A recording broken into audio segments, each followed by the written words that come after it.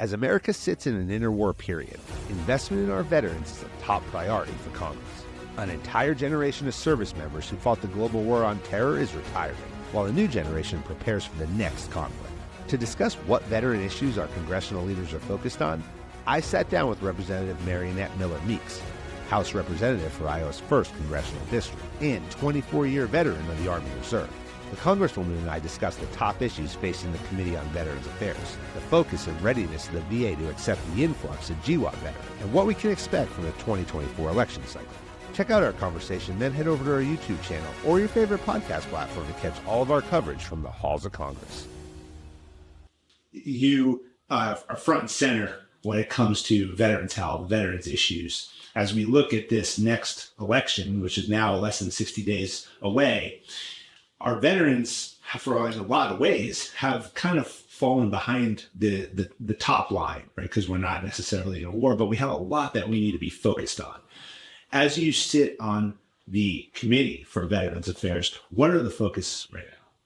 Well, certainly, I think some of the most important things are mental health, substance use disorder, suicide, the suicide rate, which has not decreased, among our veterans, among our recently, veterans transitioning off active duty military and, especially younger veterans. They went through a horrific period where they were repetitively deployed into a war zone.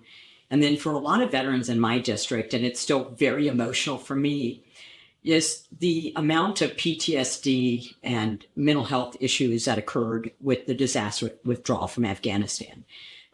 13 new Gold Star families who did not have to lose their children, and veterans who, once again, after having gone through the horrific policy mistakes of Vietnam, where political figures were used for expertise and directed actions rather than our military, we did the same thing once again in withdrawing from Afghanistan. And so that's been a tremendous hardship on our veterans, especially veterans of the Iraq and Afghanistan war. So I think we need to continue to focus on that. The other thing we need to focus on is the VA itself and oversight of the VA.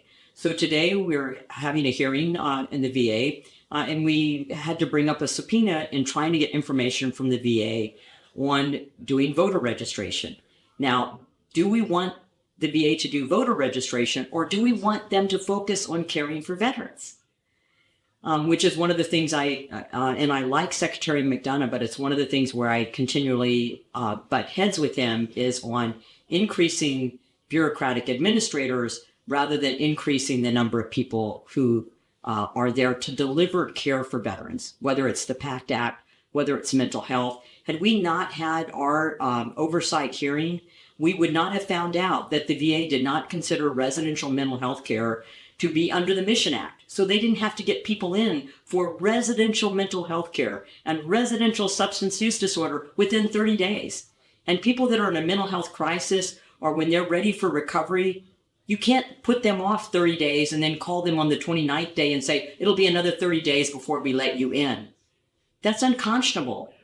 So the oversight function, I think, is a critically important that we're doing now and a critically important role of Congress, regardless of which party has the majority. Right now, it's the anniversary tomorrow of 9/11. We have an entire generation of our veterans, that the 9/11 GWOT generation, who are coming up on 20 plus years of service at this point. And a lot of them are now going to be injected into the VA healthcare system. Is the VA healthcare system ready to take that influx of folks? For most of whom, I come out of special operations, we hit a lot of our ailments until the day that you're ready to go out. And then all of a sudden, here's some problems that nobody ever dealt with. I don't think so. They are trying to increase the numbers of providers that they're hiring. But we also added the PACT Act. So toxic exposure. So any disorder is presumed to be related to your service, and that is also having a large influx of people into the VA health system. So you have individuals who may be coming to the VA health system that have, 20 years from 9/11. A lot of people enlisted and signed up after 9/11 in response to the needs of their country. They stepped up to the plate. And so I think it's going to be challenging. And for me, hiring, as we saw with the VA, the numbers of bonuses that went to administrators at the VA, that's money that could have gone to hiring more doctors or more nurse practitioners, or getting their electronic health records finally in a place where we can actually use data and use it to facilitate care for veterans. So I think that they're trying, but I think one of the things they don't need to be focused on are things that are not relevant to giving care to veterans. Tonight's going to be the presidential debate, and that's taking the presidential race is taking front and center to so much of the other races that are down ballot. What are you expecting out of the presidential debate, but then also the general election as we face that over the course of the next 2 months? I hope that both candidates talk about policies, talk about issues. I hope that both call into account for statements they have made in the past. I especially see that of the Vice President Harris.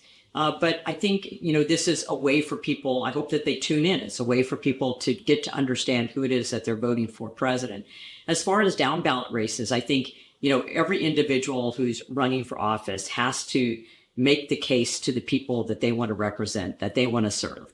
They've got to make that case to them. And so that's a lot of hard work, and you've got to do it by, putting on your tennis shoes and going out and walking out, talking to people, door knocking, being available.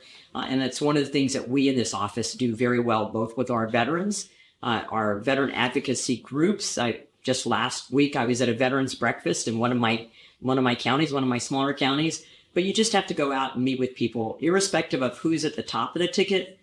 You have to make the case for yourself and why you're the person that can best represent them. And I know when it comes to veterans, they don't have a stronger advocate than they do at Mariannette Miller-Meeks. Well, you got some work to do. We got to get you back over there to the Capitol. So thank you so much for spending a couple of minutes with us. Thank you.